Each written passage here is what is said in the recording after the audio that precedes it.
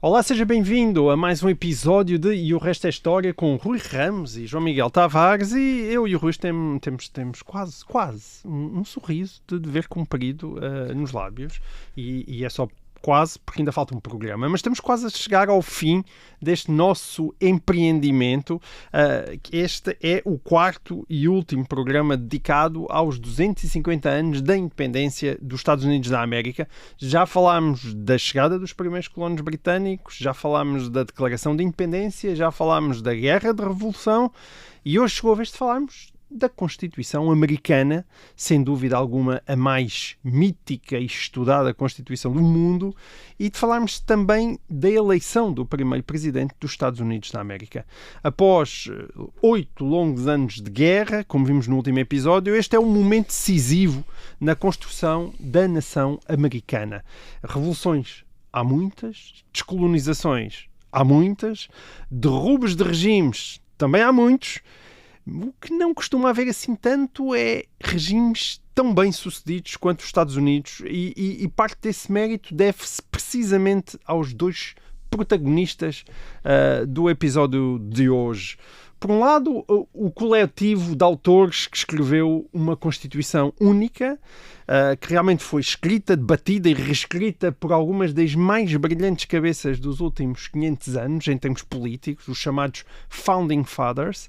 E por outro lado, temos também um primeiro presidente eleito que não era conhecido por ser a mais intelectualmente brilhante das cabeças na sala, mas que tinha uma coragem, uma sensatez, uma estatura moral e um estatuto político e um desprendimento em relação ao poder que eram de facto uma absoluta raridade naquela época, para não dizer que não são uma absoluta raridade ainda nos dias de hoje. Em qualquer época. Em qualquer época.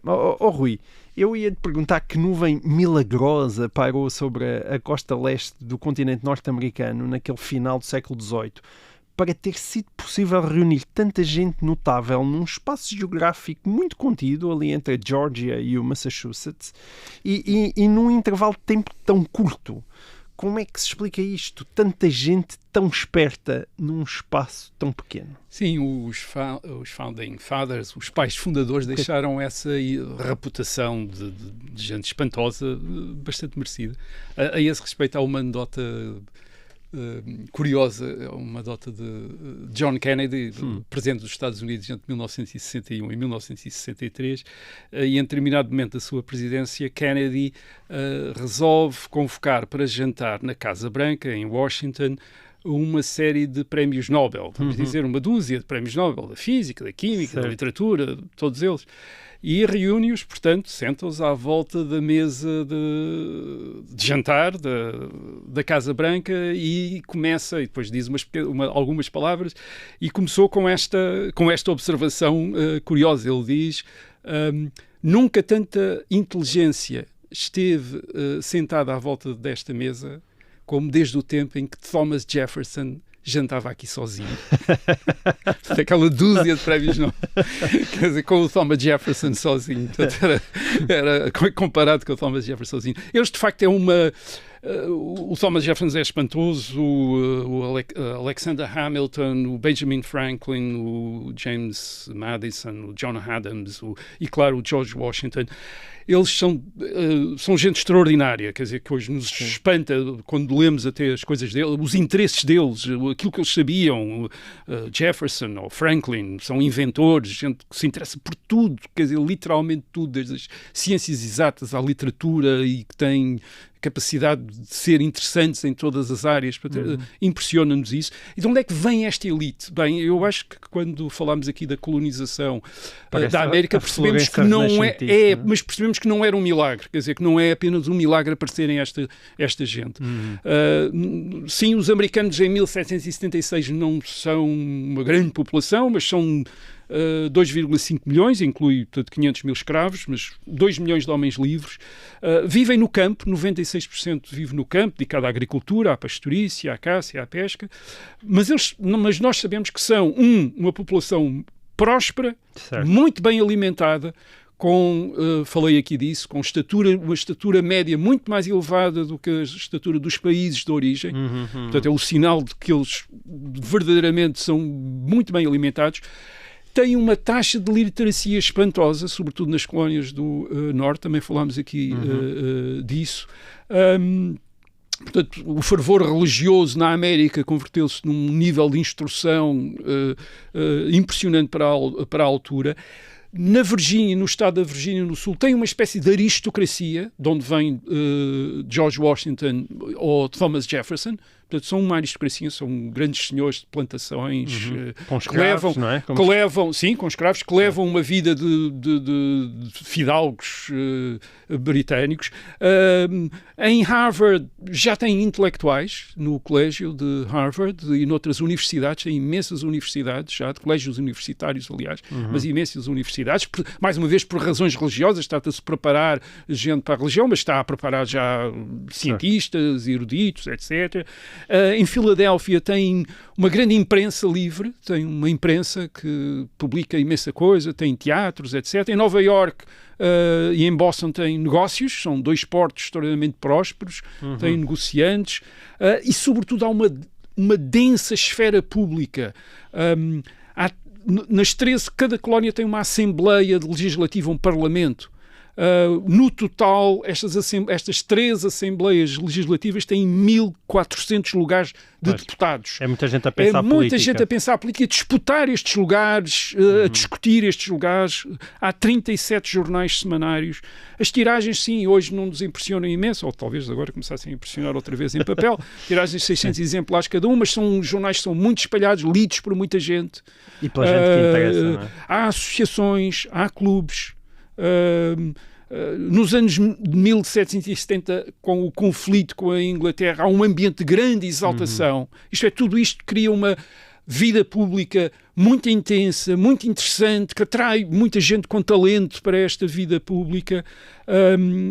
E portanto, nós imaginamos que, sim, sem a Revolução provavelmente não teríamos ouvido falar da maior parte destes homens, talvez Benjamin Franklin, porque já era uma figura conhecida na Europa como um inventor, mas a Revolução e depois a guerra é fundamental para os outros. Por exemplo, há um caso de uma extremamente interessante, talvez até dos mais fascinantes destes Founding Fathers, que é o Alexander Hamilton, que nem sequer tinha nascido nos Estados Unidos, tinha nascido nas Caraíbas, numa ilha das Caraíbas, tinha ido para os Estados Unidos depois estudar, e ele tem uma carta de 1769 a um amigo. Ele é um indivíduo extremamente ambicioso, um órfão praticamente do nada, quer dizer, mas com uma capacidade enorme que leva a comunidade onde ele nasceu e cresceu a sustentar-lhe os estudos. Isto era aquele rapazinho impressionou tanto aquela gente que eles enviaram-no para estudar nos Estados Unidos. E Hamilton, em 1769, com 20 e poucos anos, ele diz a um amigo: eu preciso de uma guerra.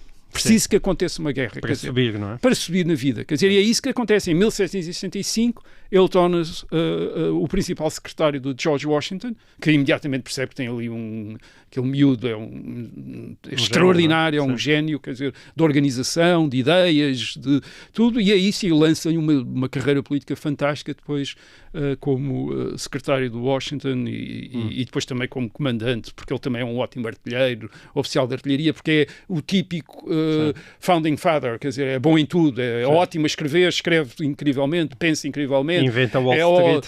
É ótimo a organizar bancos, a organizar o Ministério das Finanças, é ótimo em tudo. Quer dizer, tirando o facto de depois morrer estupidamente num duelo. Estupidamente, em 1804, morrer num duelo. Com outro founding father.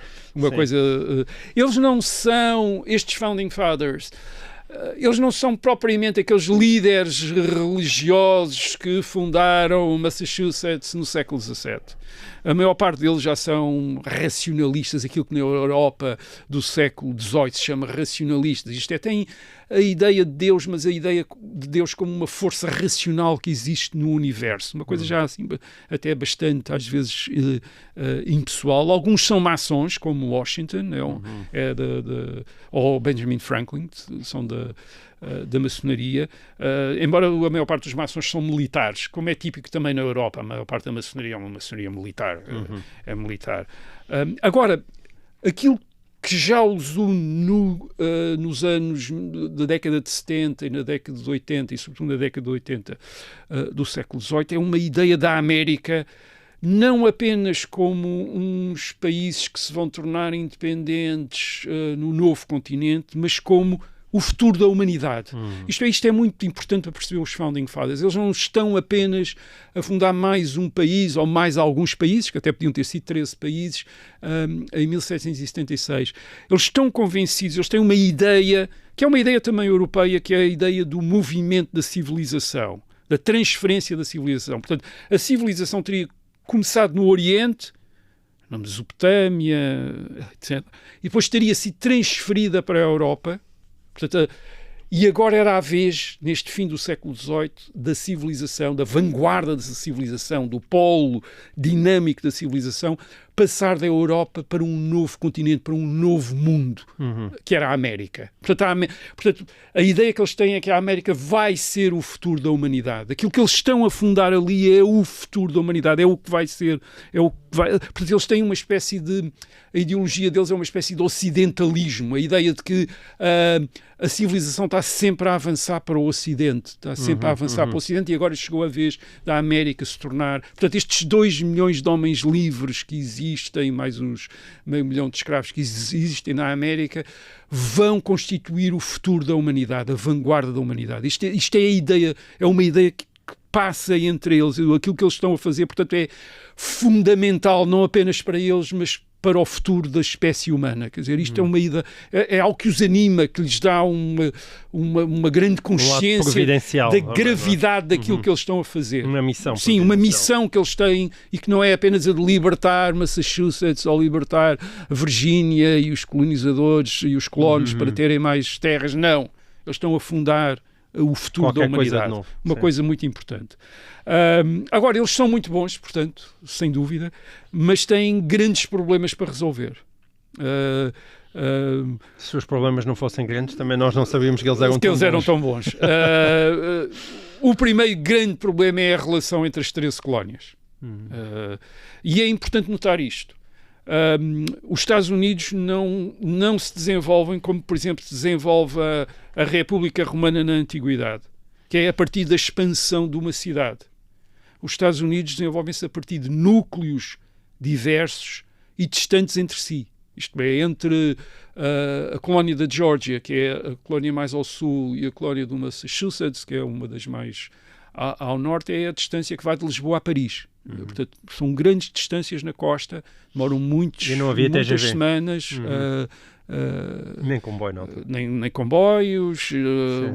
A maneira mais rápida é o transporte marítimo, mas o transporte marítimo é perturbado pelas tempestades, pelas dificuldades de navegação, o transporte ainda movido à vela. Portanto, estamos a falar de colónias que têm histórias diferentes, sociedades bastante diferentes, religiões até maneiras, enfim, ao cristianismo, mas maneiras de viver o cristianismo bastante diferentes. É verdade que já havia desde muito cedo a ideia de haver um governo geral. O Benjamin Franklin, na década de 1750, portanto quase 30 anos antes, já tinha proposto um governo geral das colónias para tratar daquilo que lhes que era comum a todos, que era a defesa perante potências externas, como a França, nesta altura, da relação com os índios, ou da questão da expansão para o oeste, como é que se faz a expansão para além dos Appalachians e depois para entrar no Vale do Mississippi. O governo inglês não gostou nada desta ideia de um governo geral das colónias, mas as próprias colónias também não gostaram desta ideia do Franklin de haver um governo geral.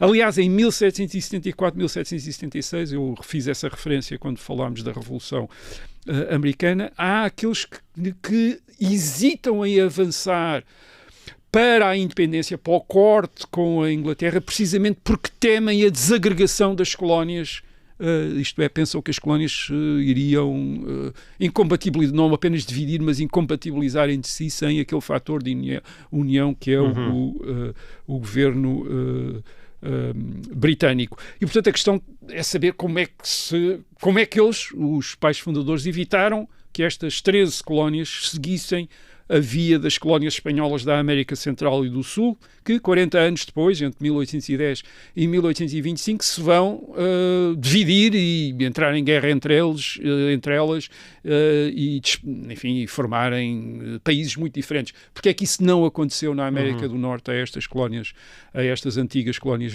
britânicas? Enfim, essa é a questão que iremos tratar na segunda parte do programa, imagino. Muito bem, Rui, tu já fazes o meu papel. Agora já fazes também. Não te querendo substituir, mas vendo que tu estavas aí com dificuldades com o relógio. Portanto, resolvi ajudar. Fiz uma assistência. Muito bem. Olá, seja bem-vindo de volta a este e o resto da história, em que nós estamos no quarto e último episódio dedicado à independência americana e estamos quase a chegar à Constituição, que é aquilo que realmente, enfim, faz os Estados Unidos serem Estados Unidos da América e não apenas um grupo de países, uma União Europeia. Ou uma União Americana. Ou uma União Americana, exatamente. Sim, mas era para aí que as coisas pareciam estar encaminhadas. Porquê? Porque em 1775, quando se inicia a rebelião, aquilo que as várias colónias fazem é transformar os seus estatutos coloniais, as suas charters, as suas cartas, em constituições. Aliás, algumas até entraram em processos constitucionais. Algumas fizeram apenas alterações às cartas, outras entraram em processos constitucionais. E uma Constituição significa um país, não é? É um país. Massachusetts, por exemplo. O Massachusetts faz a revisão da sua carta colonial, que eram os estatutos com que foi fundada a colónia, e depois, quando fez a revisão da carta, sujeitou essa revisão a um referendo em março de 1777, portanto, para referendo publicitar a Constituição.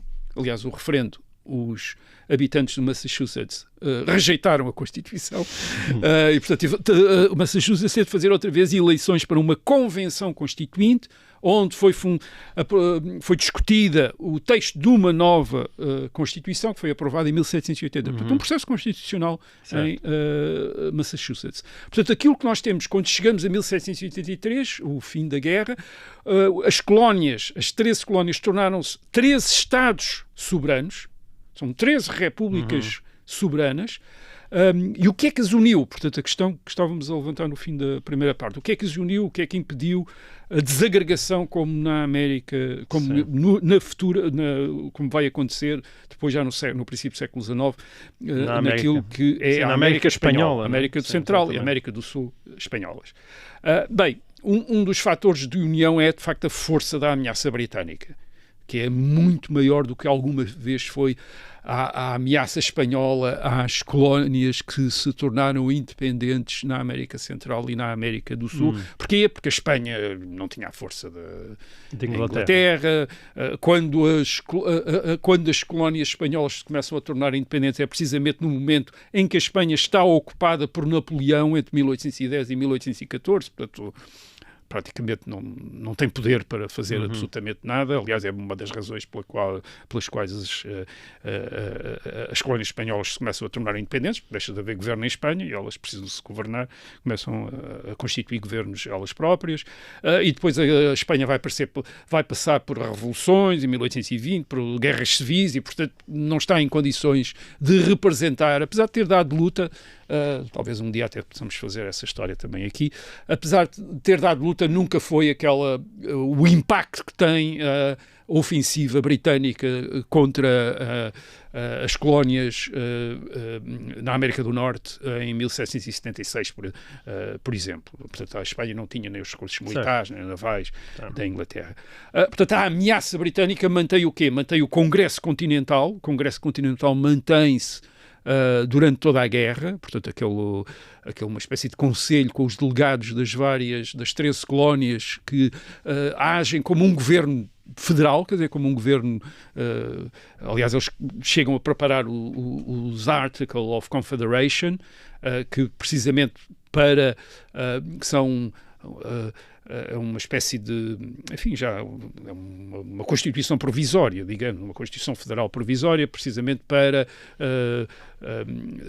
esclarecer os poderes do Congresso em relação à guerra, em relação à diplomacia em relação aos Estados. Aquilo que o Congresso podia fazer e aquilo que não podia fazer, que competia apenas o que é que era? Era assim, portanto, os Estados são soberanos entre si, mas só o Congresso Continental é que é soberano em relação às potências estrangeiras. Portanto, os Estados não entram em negociações com as potências estrangeiras, só o Congresso Continental é que pode entrar. Portanto, só o Congresso perante a França, perante a Inglaterra, etc., a única potência soberana é o Congresso Continental. O único órgão de soberania é o Congresso Continental. Embora esse Congresso Continental depois não tenha poderes absolutamente, ou poderes muito limitados sobre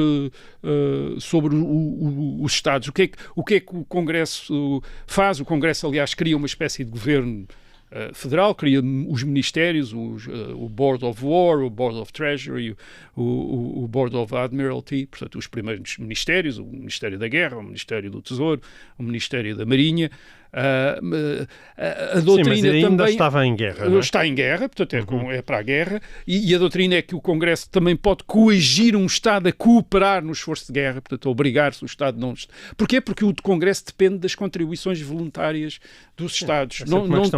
Não tem poderes fiscais, mas pode coagir, isto é, dizer, desculpa lá, vocês aí não estão a pagar coisa nenhuma, vá lá, paguem também um bocado, etc. E isso obviamente depois cria problemas de justiça, levou à criação de tribunais federais para precisamente ouvir apelos dos tribunais federais, enfim, começa a criar qualquer coisinha ali federal. Mas repito, o Congresso Continental não tem poder fiscal, depende das contribuições dos Estados, não tem poder sequer para regular o comércio entre os Estados. Isto são Estados soberanos que têm fronteiras entre eles, têm alfândegas, lançam impostos alfandegários sobre o comércio entre eles, e uma vez a guerra acabada, o Congresso ainda se mantém, mas o Exército Continental, que era, enfim, o principal instrumento do Congresso, é dissolvido. Portanto, o Exército já não é preciso, o Exército Continental é dissolvido. E como dissemos no fim do programa passado, o fator que leva à manutenção e desenvolvimento de uma estrutura federal é, sobretudo, o fator financeiro. Quer o Congresso Continental, quer os Estados tinham emitido imenso papel moeda durante a guerra para fazer pagamentos. Esse papel moeda tinha-se desvalorizado totalmente. Portanto, havia uma inflação tremenda nos Estados Unidos em 1783. Aliás, na América do Sul aconteceu a mesma coisa no princípio do século XIX, quer dizer, as colónias espanholas também caíram também num processo de inflação. Agora, as colónias espanholas nunca recuperaram desse processo de inflação. Os Estados Unidos recuperaram, e isso foi uma coisa importante. E por trás disso estavam a cabeça do Alexander Hamilton. É Hamilton que vai defender um governo federal forte que assumisse todas as dívidas, incluindo as dívidas dos Estados, portanto, todas as dívidas, financiadas por tarifas alfandegárias do comércio externo dos Estados Unidos, e depois também haver um banco dos Estados Unidos com uma moeda única, o dólar. Que não existia uma moeda única também? Não, havia moedas, cada Estado tinha as suas moedas. Aliás, isso já era uma tradição antes de 1775, 76, eles já tinham lá o papel moeda, era o papel, sobretudo, papel deles. E, portanto, Hamilton é ele que propõe, com base nesta necessidade financeira, quer o Governo Federal, quer estas estruturas depois. E de facto as necessidades são tão grandes e os Estados estão tão aflitos e também estão a começar a ser envolvidos numa espécie de guerra comercial entre eles, porque começam para tentar arranjar receita, a taxarem-se uns aos outros e, portanto, a criarem conflitos fiscais uns com os outros, que de repente se abre à proposta de, então vamos fazer uma nova reunião então, de delegados dos Estados para discutir isso. E essa é aquilo que vai acontecer em 1787 em Filadélfia, na Pensilvânia. onde se vão reunir estes delegados dos vários Estados para discutir a ideia de um governo federal. E aparece aí um plano, que é um plano preparado por um outro founding father extremamente importante, que é James Madison, que aparece com um plano. Ele traz um plano, digamos, de um governo, da fundação de um governo federal que representasse o interesse comum dos 13 colónias e que não estivesse baseado apenas em delegados das colónias, como era o Congresso Federal, mas que dependesse da eleição direta do povo. Quer dizer, tivesse um mandato democrático ou um mandato popular forte. Esta convenção, a Convenção Constituinte em Filadélfia, vai reunir 55 delegados, a idade média destes congressistas é de 42 anos, portanto, enfim, relativamente novos para hoje, para a altura, talvez entrando em linha de conta com a esperança de vida, talvez fossem já gente sénior, digamos assim. A maioria deles são advogados, bem, é típico, aliás, acho que salvo erro Hamilton acha que os advogados são aqueles que podem representar melhor o interesse público, porque são gente que não estão ligada aos interesses de um determinado território enquanto lavradores ou negociantes, e portanto os advogados, enfim, nem toda a gente compra esta tese, mas também há muitos negociantes do Norte, há muitos donos de plantações do Sul, e eles vão chegar a vários compromissos. Portanto, digamos, a Constituição em 1787, que vai ser feita rapidamente, porque tem esta base, este plano básico, mas através de discussões.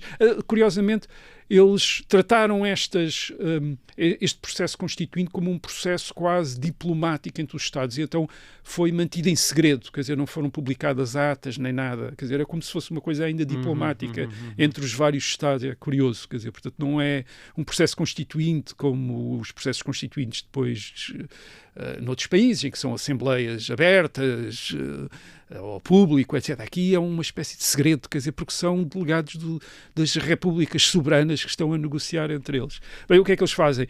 Eles constituem um Estado, portanto, este Governo Federal vai ter um Estado, um Parlamento Nacional, um Congresso, mas esse Congresso tem duas câmaras, tem uma Câmara dos Representantes que representa a população dos Estados Unidos, há um representante para cada 30 mil pessoas. Portanto, em 1787 isso vai dar uma Câmara de Representantes com 65 lugares, e depois em 1793 já são 65, porque a população está a aumentar constantemente. Mas, portanto, a Câmara dos Representantes está em função da população. E depois há um Senado que está em função dos Estados, isto é, cada Estado tem 2 lugares independentemente da sua população. Isto é, na Câmara dos Representantes, os lugares estão em função da população. No Senado, não. Portanto, ainda Senado, hoje é assim. E hoje é assim, claro. Exatamente. Há dois a Constituição ainda é a mesma. E isso faz com que, no caso do Senado, os Estados mais pequenos sejam protegidos dos Exatamente, Estados que maiores. Era uma das questões que se levantava hoje, em termos de Estados maiores, Estados mais pequenos, na altura de um Estado poder desaparecer numa assembleia de representantes da população. Portanto, os Estados têm essa garantia. Também vamos ver que isso também é salvaguardado na eleição do Presidente, que falarei a seguir, mas ainda mantemos no processo de aprovação da Constituição. O processo de aprovação da Constituição, depois a Constituição é aprovada por cada Estado, mas curiosamente é introduzida aí uma regra curiosa, que é a regra da maioria. A partir do momento em que uma maioria de Estados, 9 Estados, aprovarem a Constituição, torna-se obrigatória para os outros 4 Estados que ainda não tiverem uma maioria aprovado. Qualificada. Portanto, há aqui uma maioria e não é regra da unanimidade. Portanto, já há uma federação mesmo.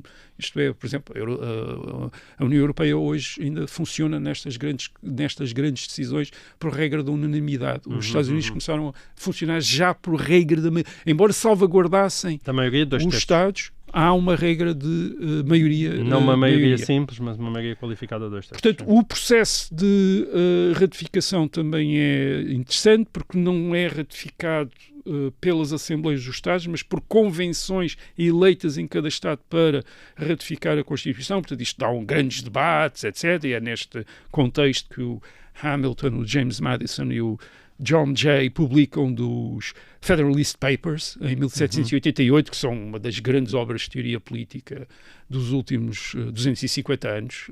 Praticamente é a discussão do que é o governo num país livre. Quer dizer, está tudo discutido, tudo previsto, tudo calculado ali. Portanto, que alguém que tenha dúvidas sobre, de facto, estes indivíduos serem quase geniais, é ler os Federalist Papers. É absolutamente espantoso.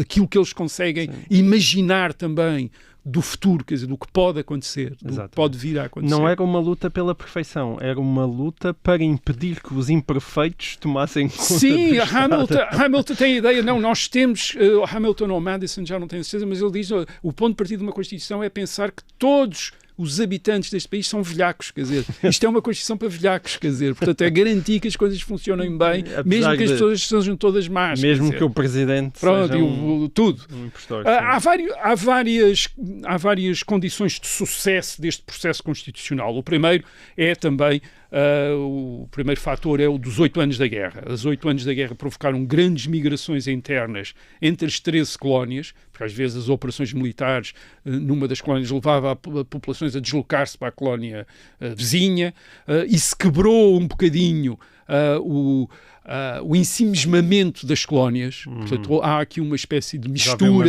uma mistura da população, e depois, claro, também o retomar da migração para o oeste também levou a uma mistura outra vez das populações. Portanto, aliás, a mobilidade vai se tornar uma das grandes características desta população e que espanta muito os observadores europeus quando chegam aos Estados Unidos. A população parece estar sempre em movimento, quer dizer, os agricultores da Virgínia estão logo a pensar em passar para o oeste, porque acham que há terras melhores ali, portanto eles estão sempre convencidos que as terras melhores estão do outro lado, e portanto há uma população que está sempre em movimento. Sendo que essa mobilidade continua hoje, não é? Continua, enfim, hoje entre os vários estados. A população, aliás, a população também está a crescer rapidamente, são 2,5 milhões em 1776, 3,9 em 1790, 5,3 em 1800, portanto a população está a saltar todas as décadas. Portanto, há uma mistura da população, impede aquilo que poderia acontecer numa em sociedades mais estáveis e mais isoladas, que era, enfim, manterem-se grandes diferenças ou grandes... embora haja diferenças, mas quer dizer, ficarem ensimismadas e separadas umas das outras. E depois a verdade também é que este processo constitucional está baseado num fundo constitucional comum. Porque quando se olha para as constituições das 13 colónias, elas são diferentes, têm diferenças sim, mas já são muito similares. Quer dizer, por exemplo, parlamentos com 2 câmaras eleitas, há muitos parlamentos com 2 câmaras eleitas, portanto, com uma Câmara dos Representantes e um Senado. As condições para ser eleitor também são bastante similares, é preciso ter posse da terra, mas posse da terra quase toda a gente tinha nos Estados Unidos, portanto era uma espécie... mas havia coisas curiosas, por exemplo, em 1776, New Jersey deu o direito de voto às mulheres. Deve ser o primeiro sítio no mundo em que isso aconteceu, às mulheres, desde que elas fossem viúvas e chefes de família, portanto passavam a representar elas a família, apesar de serem mulheres. A Constituição vai prever também a criação de um Distrito Federal para ter a capital. Portanto, há uma capital, prevê também uma capital, onde vai ser a residência do Congresso e vai ser a residência do Presidente, e essa capital é escolhida depois numa parte do território do estado de Maryland, e é-lhe dado depois em 1791 a esse território, que é o território federal, que é para a capital não ficar em nenhum dos estados, é-lhe dado o nome de Washington, claro que era óbvio, era o nome de Washington, aliás, que já era o presidente nesta altura, mas é só em 1800 que o Congresso muda para o Capitólio e o presidente muda para a Casa Branca. Portanto, em 1800, a arquitetura, até física, os lugares do governo americano ficam definidos, quer dizer, uma Constituição, portanto, desde 1787 e o Capitólio e a Casa Branca desde 1800, com o aspecto que tem hoje em dia. Mas ainda há problemas para resolver. Ainda há problemas para resolver. Esses terão que ser resolvidos em podcast, porque para quem nos está a ouvir em direto, o nosso tempo chegou ao fim. Nós ainda temos uma boa conversa sobre a Constituição americana. Já sabe onde é encontrar. Para quem nos está a ouvir no carro, em casa, na rua, em direto, até para a semana, com mais história. Então, bem, já existe falámos o primeiro problema, um Capitólio e uma Casa Branca. O que é que falta? Portanto, havia um primeiro problema que era a relação entre as 13 colónias. E agora há um segundo problema tão grave como esse, que é, sim senhora, há uma república, vai-se conseguir manter uma república? E porquê que é isto? Porque não havia grande esperança nas repúblicas? As repúblicas eram regimes políticos tradicionalmente instáveis.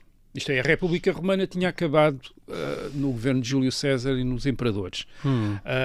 Mais tarde, a República Francesa vai acabar com Napoleão, com o Império de Napoleão. Isto é, as repúblicas pareciam dar sempre origem a Césares que depois instauravam regimes autoritários. Isto era assim porquê? Porque é que se julgava que era assim? Julgava-se que era assim porque as repúblicas davam espaço para a chamada demagogia, isto é, apelos à população para se revoltar e para exigir ainda mais, com uma linguagem de emancipação. Portanto, eram regimes que levavam à divisão da população, às revoltas, e isso acabava sempre por entregar o poder aos homens da força, aos chefes militares que acabavam por tomar conta das coisas. E, portanto, há uma grande percepção tradicional entre os eruditos, aquela gente que estudava história, que as repúblicas eram regimes instáveis. E aliás, é isso que vai acontecer em França, exatamente. Em 1790, na década de 1790. Aqui estão ao mesmo tempo que eles estão a fazer estas coisas. Está a acontecer outras coisas. Está a acontecer uma Revolução Francesa. Acontece a Revolução, portanto, eles estão a discutir isto em 1787, mas em 1789 há uma Revolução Francesa e em 1793, 94 há o regime do terror em França, portanto, a França é uma tirania, e em 1799 é o governo militar de Bonaparte, o general Bonaparte, e em 1804 a República Francesa é o Império francês. Exatamente. E eles estavam todos a tirar notas.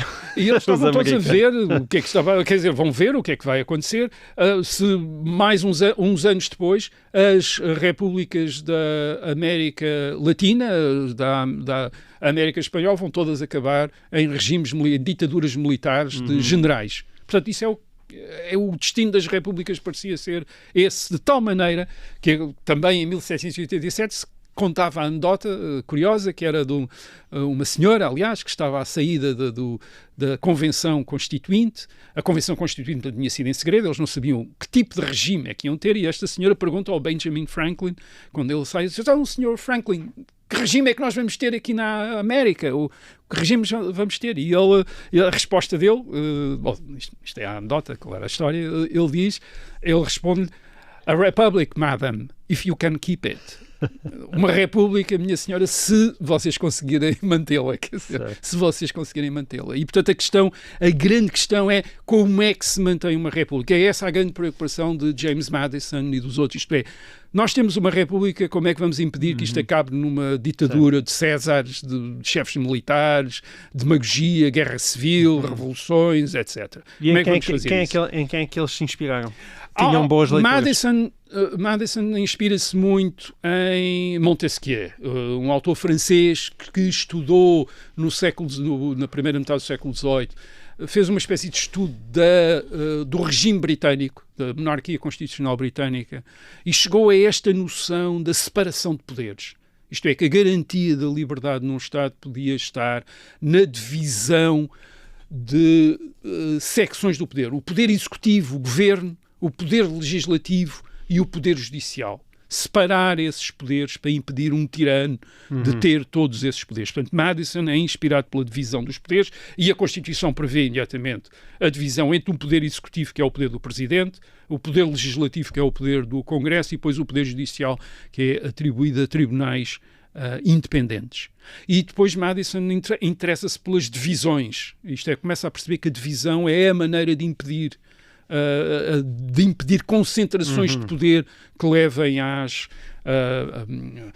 tiranias. E, portanto, por exemplo, o próprio poder legislativo é dividido a Câmara dos Representantes e o Senado.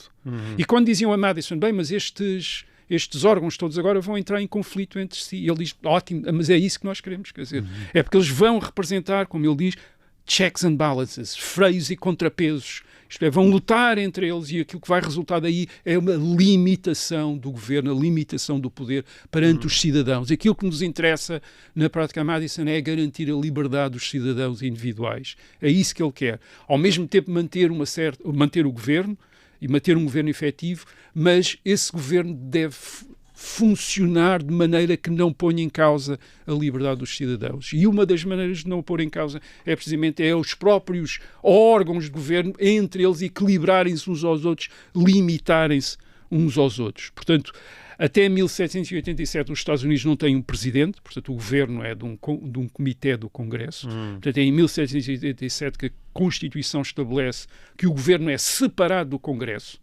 Portanto, divide aí o poder, primeira divisão do poder, pertence a um presidente eleito por um colégio eleitoral de delegados eleitos nos vários Estados. O presidente tem um direito de veto sobre as leis do Congresso, portanto, limita ao Congresso, mas o Congresso, por sua vez, pode depor o presidente. Aliás, o governo americano é curioso, há historiadores que notam isso, o presidente tem mais poderes do que a maior parte dos reis das monarquias da Europa, apesar de ser um chefe de Estado eletivo, mas tem muito mais poderes como governo do que a maior parte dos reis. E, portanto, o Congresso está dividido em duas câmaras e ainda há tribunais, os tribunais federais, e depois há um Supremo Tribunal de 9 juízes vitalícios, portanto, nomeados para toda a vida, nomeados pelo Presidente, mas aprovados pelo Senado, encarregados de rever as leis federais e as leis dos Estados, segundo o princípio de que a Constituição é a lei suprema. Portanto, nenhuma lei pode ir contra a Constituição. E há este Supremo Tribunal que garante que nenhuma lei pode ir contra a Constituição e, portanto, cancela as leis, declara as leis inconstitucionais que vão contra a Constituição. Só para as pessoas terem uma noção lá em casa, isto que nós estamos aqui a descrever, naquela altura, eram coisas inéditas. Isto é a criação daquilo que depois é adotado pelo resto do mundo, é a invenção daquilo que vai ser copiado depois por toda a gente. Não pelos mesmos resultados, não com os mesmos resultados, mas já lá vamos. Sim. Portanto, mas mesmo a tradição anglo-saxónica, a tradição britânica ainda não estava aqui. Há aqui um bocadinho da tradição britânica, mas isto não é a tradição britânica. Quer dizer, isto é uma invenção americana. Quer dizer, enfim, inspirada por leituras de Montesquieu, como é evidente, nada nasce do nada. Montesquieu, por sua vez, tinha estudado a Constituição Britânica, que muitos acharam que ele não percebeu, mas o facto de ele não ter percebido foi fundamental para criar esta tradição importante. Portanto, nós não sabemos se ele também não percebeu ou se estava a inventar qualquer coisa de novo. Mas, enfim, portanto, fica a Constituição. Para Madison é assim que fica, mas ainda se pensa que era necessário salvaguardar os direitos individuais dos cidadãos e, portanto, em 1791 à Constituição vão ser feitas 10 emendas, que são o Bill of Rights, da autoria de James Madison, outra vez, ele está com a mão nestas coisas todas, vão ser adicionadas à Constituição. Eu vou só falar de duas das emendas, são 10, mas duas que são muito, muito importantes. A primeira é fundamental. Nenhum governo pode fazer absolutamente nada em relação à liberdade de expressão. Não pode ser limitada nunca à liberdade de expressão dos americanos. Isto é uma invenção espantosa. E a primeira emenda, quer dizer, e a segunda emenda, que é uma emenda controversa até hoje, que diz, eu vou ler numa tradução mais ou menos adaptada, uma milícia bem ordenada é essencial para a defesa de um Estado livre e, por isso, nunca o direito do povo de uso e porte de armas pode ser infringido.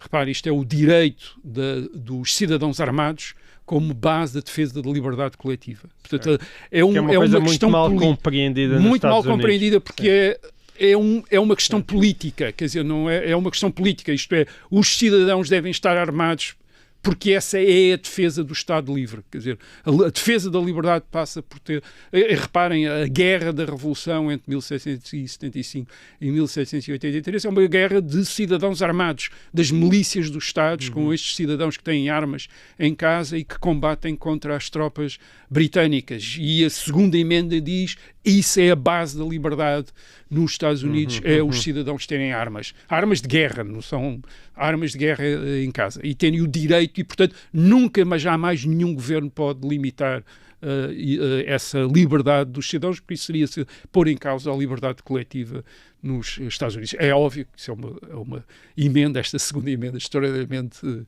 discutida, porque há quem acha que isto já foi ultrapassado, que não é assim, mas há quem acha que, pelo contrário... De um só tiro, pronto, não é? Claro, mas há quem acha que há quem acha que isto continua a ser importante. Agora, tu estavas a dizer, bem, isto depois é copiado. Por exemplo, as repúblicas da América Latina vão copiar a Constituição americana. E não deu o mesmo resultado. E, portanto, não estamos aqui só perante uma engenharia constitucional extraordinariamente engenhosa, porque foi muito bem inventada, mas estamos perante uma cultura e perante pessoas também que foram capazes de interpretar e de viver esta Constituição da melhor maneira. Portanto, a atitude é muito interessante. Para muitos radicais europeus, como por exemplo Thomas Paine, a Revolução Americana tinha também implicações universais, tinha criado uma nova era de possibilidades de emancipação. O Thomas Paine, em 1766, vai publicar um panfleto, o Common Sense. O Thomas Paine é um britânico que foi para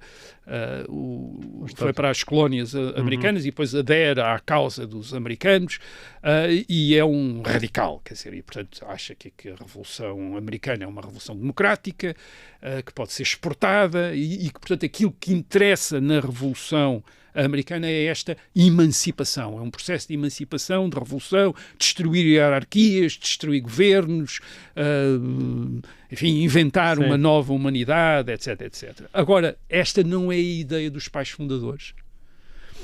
Mesmo Jefferson, que é o mais próximo, talvez, de uma visão revolucionária da Revolução Americana, mesmo Jefferson, ele escreve durante a Revolução a Washington a dizer que uma coisa extraordinária, ele diz, é preciso evitar que a revolução não mate a liberdade. É preciso evitar que a revolução mate a liberdade. Isto é, ele quer estabelecer um novo regime, mas ele sabe que as revoluções tendem a matar as liberdades, a constituir tiranias revolucionárias que ainda querem mais mudanças, querem mais transformações, e a partir de determinada altura tudo isso só pode ser alcançado através do uso violento da força. E Jefferson percebe, não podemos caminhar por aí. E Washington aí foi absolutamente fundamental. Washington é fundamental. Em março de 1783, portanto na fase final da guerra, muita gente, muitos jovens oficiais, sobretudo, porque estão irritados porque o Congresso não lhes arranja dinheiro, não lhes arranja as munições e as armas que eles querem. Eles fazem lobby junto de Washington para Washington assumir o poder, dissolver o Congresso e tornar-se aquilo que anos depois vão ser os caudilhos da América do Sul, isto é, chefes militares que praticamente têm os poderes todos. E Washington é fundamental aí. Washington recusa essa via, ele diz, eu quero manter-me numa via constitucional. E em 23 de dezembro de 1783, portanto, quando chegam as notícias do Tratado de Paz e da evacuação britânica de Nova Iorque, George Washington aparece no Congresso com um bilhetim a dizer que fui nomeado por este Congresso em 1775 para comandar o Exército Continental, a guerra acabou, aqui está a minha demissão, vou para casa. É um ato romano à antiga, quer dizer, do cidadão que depois de ter feito o seu papel, que lhe tinha cumprido a missão que lhe tinha sido incumbido pelo coletivo, quando a missão está cumprida, entrega o poder imenso que tem como comandante em chefe do Exército Continental. Portanto, não estamos aqui perante um Simão de Bolívar, etc., que são aqueles que são logo tentados a ficar à frente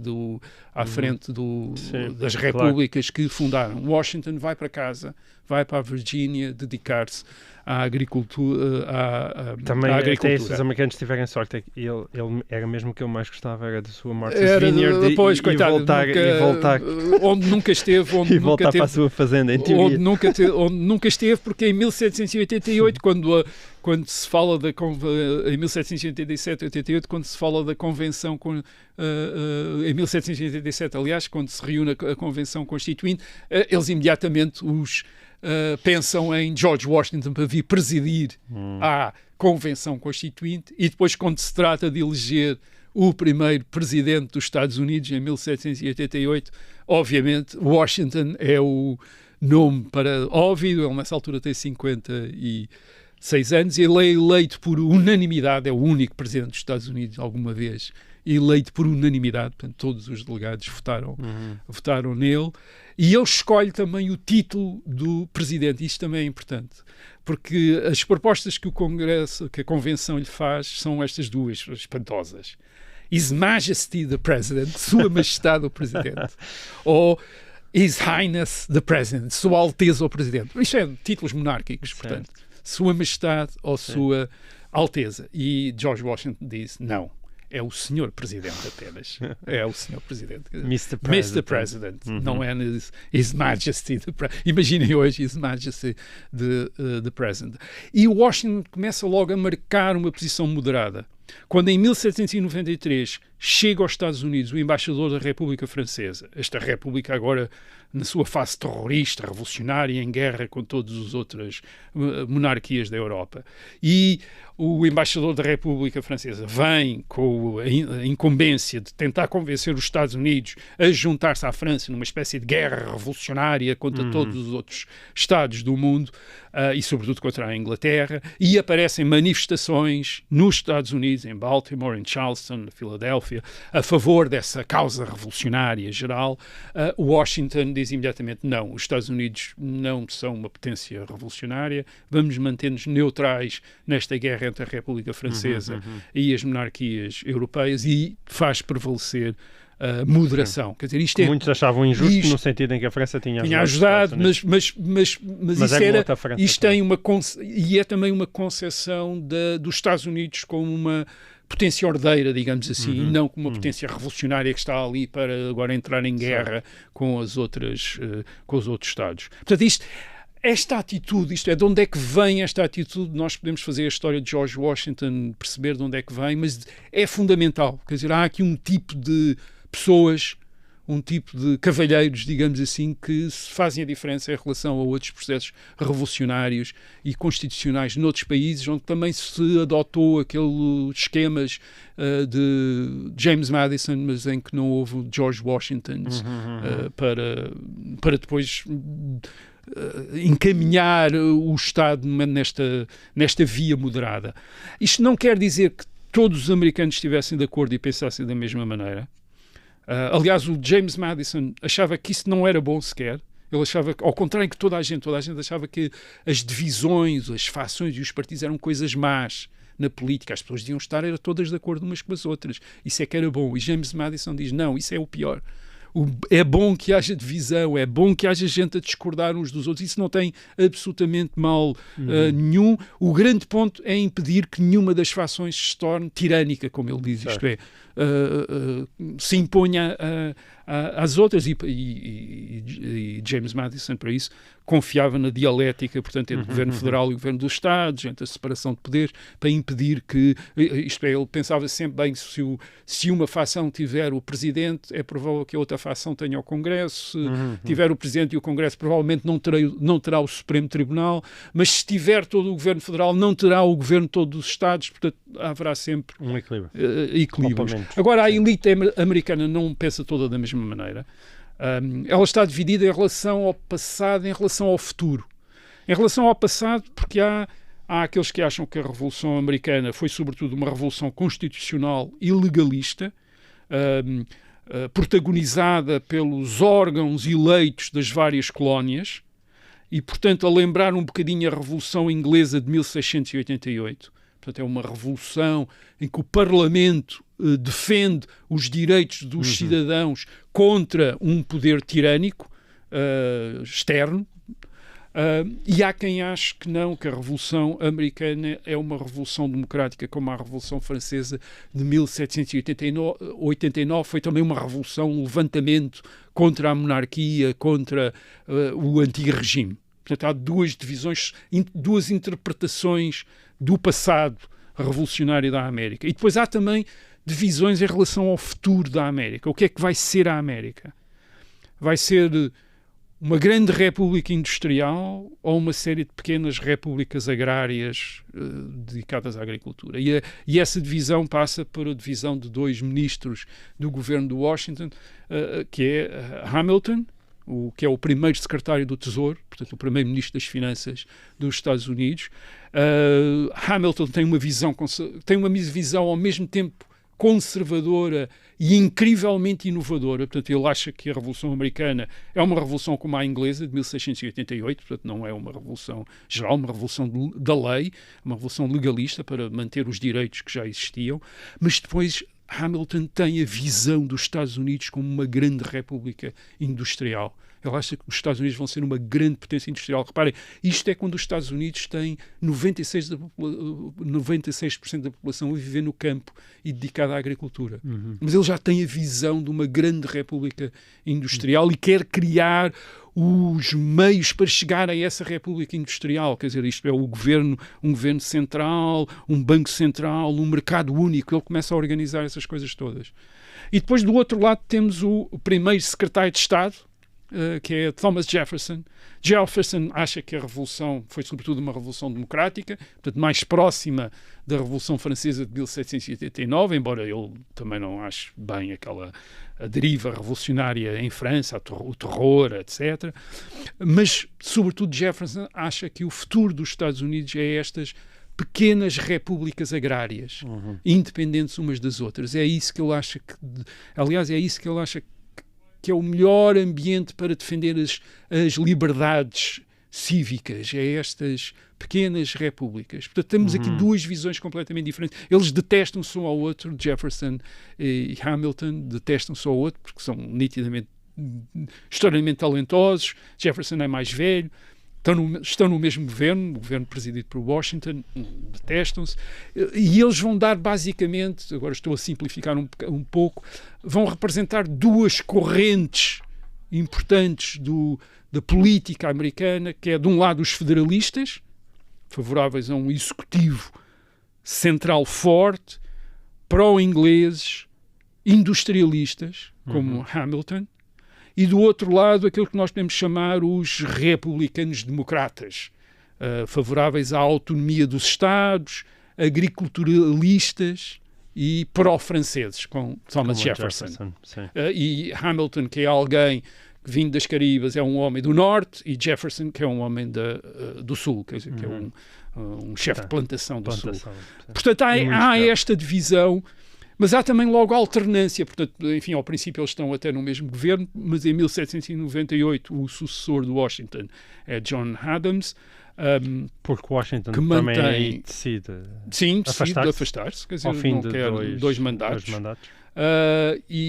Porque ainda não há regra dos mandatos, não há a regra da limitação. Portanto, é auto-imposta por Washington. Mas esse desejo de se ir embora, que foi na altura absolutamente fundamental.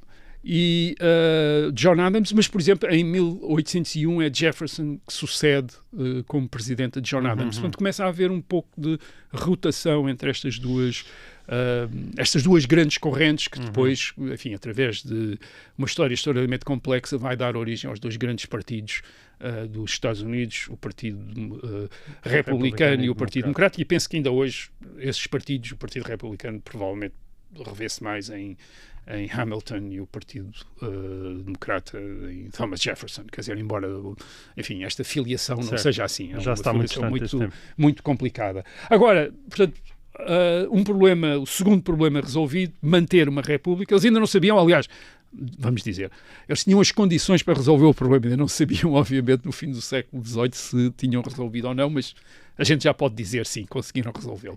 Agora há um terceiro problema grave, já falámos aqui dele e, portanto, não vamos falar muito, que é o problema da escravidão. Nós estamos a falar de 2 milhões, em 1776, 2 milhões de homens livres, mas temos 500 mil, meio milhão, que são escravos.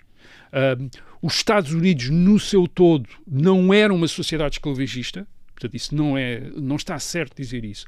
Em 1776, na maior parte das colónias do Norte e nas colónias do Meio, a escravidão não é significativa, como no Sul. No Sul, nas plantações do Sul, os escravos são a principal força de trabalho. No Norte, há escravos sim, mas os escravos que existem são os da economia doméstica. São criados e são criadas e, portanto, são muito menos numerosos e muito menos significativos. Portanto, há esta diferença muito grande entre as colónias do Norte e as colónias do Meio, portanto, Massachusetts, Pensilvânia e Nova York, e depois as colónias do Sul, Virgínia, Geórgia, as Carolinas, etc. Mas, no Norte já há um movimento abolicionista, isto é, de abolição da escravatura, na década de 1770, na Pensilvânia, à volta dos Quakers, que é uma seita religiosa que foi sempre contra a escravidão. Isso explica que na Pensilvânia o tráfico de escravos tenha sido abolido em 1773, portanto, mesmo antes da revolta da independência, e começam a ser adotadas leis abolicionistas nos Estados do Norte logo a partir de 1777. Isto é, ainda durante a Guerra da Independência e antes da Constituição. Portanto, em 1777 o Vermont, que aliás não era uma das 13 colónias, aboliu a escravidão. A Pensilvânia vai abolir em 1780, Rhode Island em 1784, Nova York em 1799, etc., por aí fora. E em 1790 a associação, portanto há já uma associação para a abolição da escravidão da Pensilvânia, que vai pedir ao Congresso para abolir a escravidão em todos os Estados Unidos. Portanto, há uma grande pressão nos Estados do Norte para a abolição da escravidão logo no começo da Constituição dos Estados Unidos. E há uma história curiosa sobre a abolição da escravidão no Massachusetts. É extremamente curiosa, porque acontece em 1783 e acontece como? Acontece porque uma escrava, Elizabeth Freeman, uma escrava negra, que com o apoio de alguns advogados abolicionistas, inicia um processo nos tribunais do Massachusetts, com base no seguinte, com base na frase da Declaração da Independência dos Estados Unidos, que dizia todos os homens nasceram livres e iguais, e ela diz, bem, esta frase aplica-se a toda a gente, incluindo os escravos negros ou não. Eu acho que se aplica. Portanto, e os tribunais dão-lhe razão. E em 1783 os tribunais decidem a favor dela. Os tribunais locais. Do Massachusetts. E a escravidão é abolida por essa via. Isto é abolida com base no documento de Constituição dos Estados Unidos, que os tribunais do Massachusetts dizem, sim, aplica-se a toda a gente. Esta frase aplica-se a toda a gente.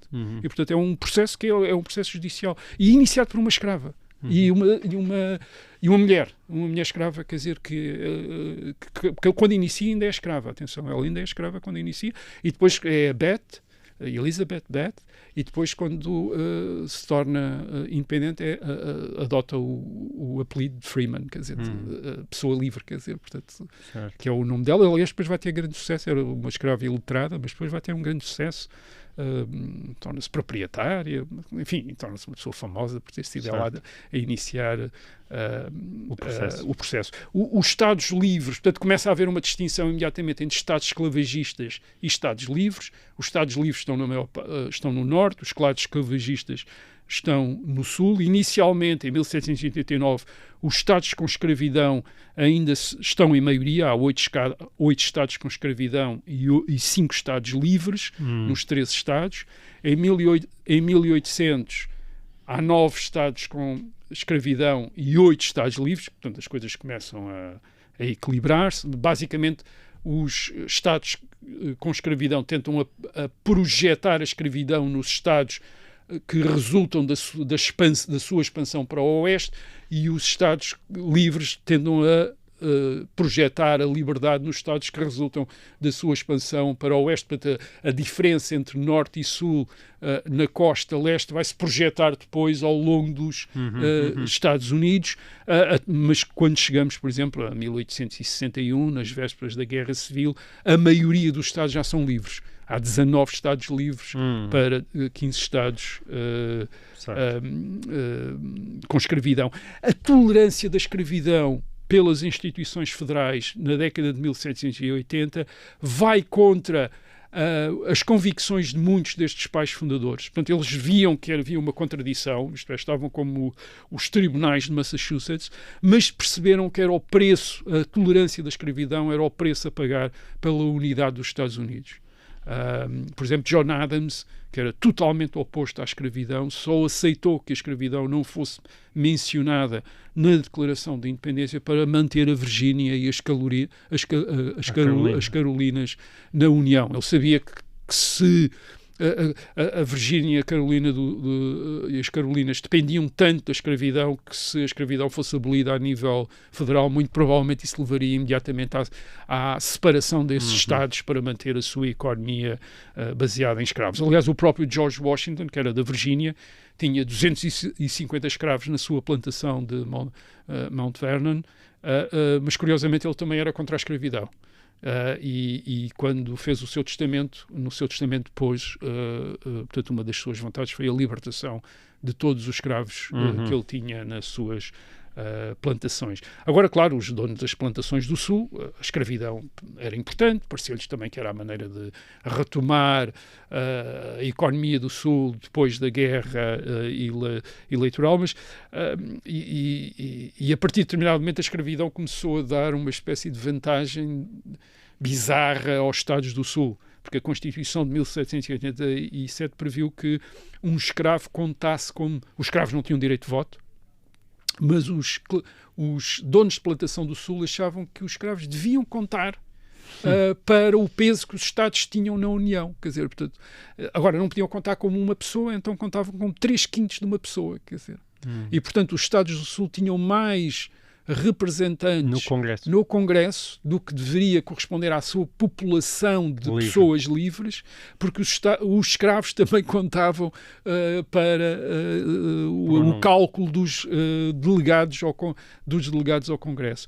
Mas agora reparem, a escravidão é um problema que fica imediatamente identificado na Constituição, na formação dos Estados Unidos, e vai provocar uma guerra civil em 1861-1865, de que já aqui falámos, e que é a guerra em que até hoje morreram mais americanos. E, de facto, portanto, os Estados Unidos não nasceram dependentes da escravidão, não nasceram na escravidão, nasceram com uma parte, com objeções à escravidão, e muitos americanos dispuseram-se a grandes confrontos para se libertarem da escravidão. Provavelmente não conheço outro caso no mundo de uma população que se tivesse dividido em guerra civil e lutado para libertar uma parte escrava da população. É os Estados Unidos que o fazem, o que dá a ideia de que esta liberdade com que os Estados Unidos começaram, o que animou os pais fundadores, não era uma hipocrisia de senhores de escravos que tinham escravos, era uma coisa em que eles pensavam e acreditavam genuinamente, e que os levou, os seus descendentes, anos depois, a disporem-se a uma guerra para libertar uma parte da população que, por razões de manter a unidade dos vários Estados, ainda tinha sido deixada na escravidão. Portanto, há aqui uma liberdade, e é essa liberdade que explica o fim da escravidão, embora ainda a tivesse tolerado durante umas décadas. Foi preciso uma guerra civil para cumprir. Mas esta guerra civil, aquela famosa frase da Declaração de Independência. Sim, a guerra civil corresponde a essa declaração, e a base e está inspirada nessa declaração, e leva àquela, enfim, à famosa ideia de Lincoln, que é um novo nascimento na liberdade, outra vez. Muito bem. E com essas bonitas palavras, assim terminamos esta nossa maratona de 4 episódios pela história da independência dos Estados Unidos da América. Para a semana voltamos com outras histórias. Até lá.